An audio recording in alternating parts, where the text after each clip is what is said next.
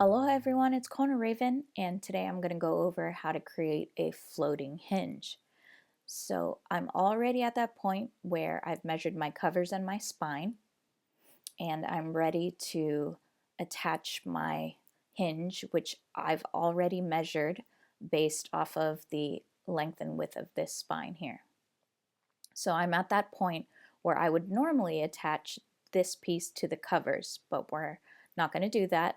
We're creating a floating hinge.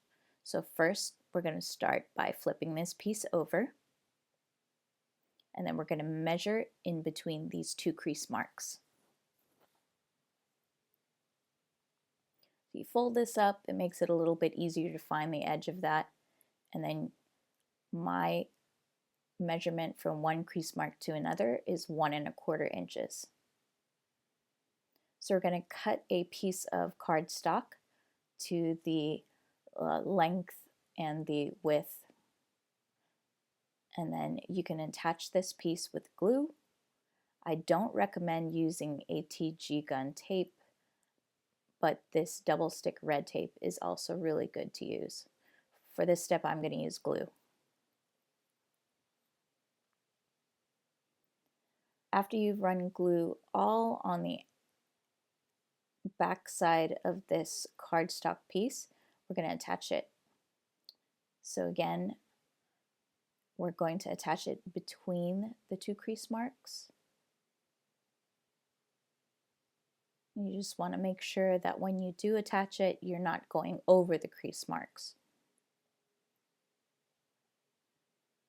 All right, so once that's adhered, you want to make sure that you can close both sides.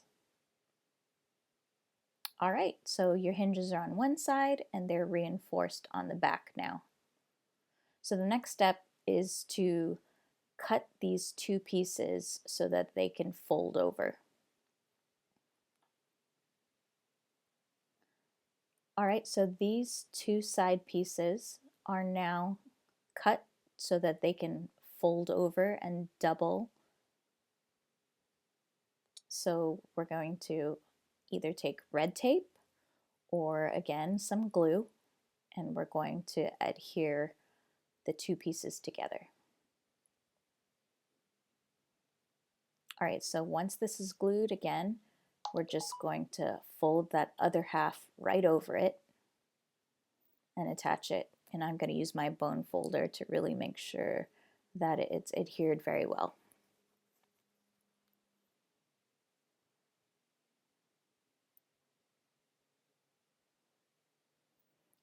And once that's glued together, you've got your hinges on one side and then a nice solid piece to attach to your spine. All right, and you can use red tape again, or you can use glue. So what you just did allowed your spine or your hinges and pages to pull off the spine a little, so that when it's attached, it gives you a little gap, which kind of allows the pages to open up a little bit more. And that's how you do a floating hinge. Thank you.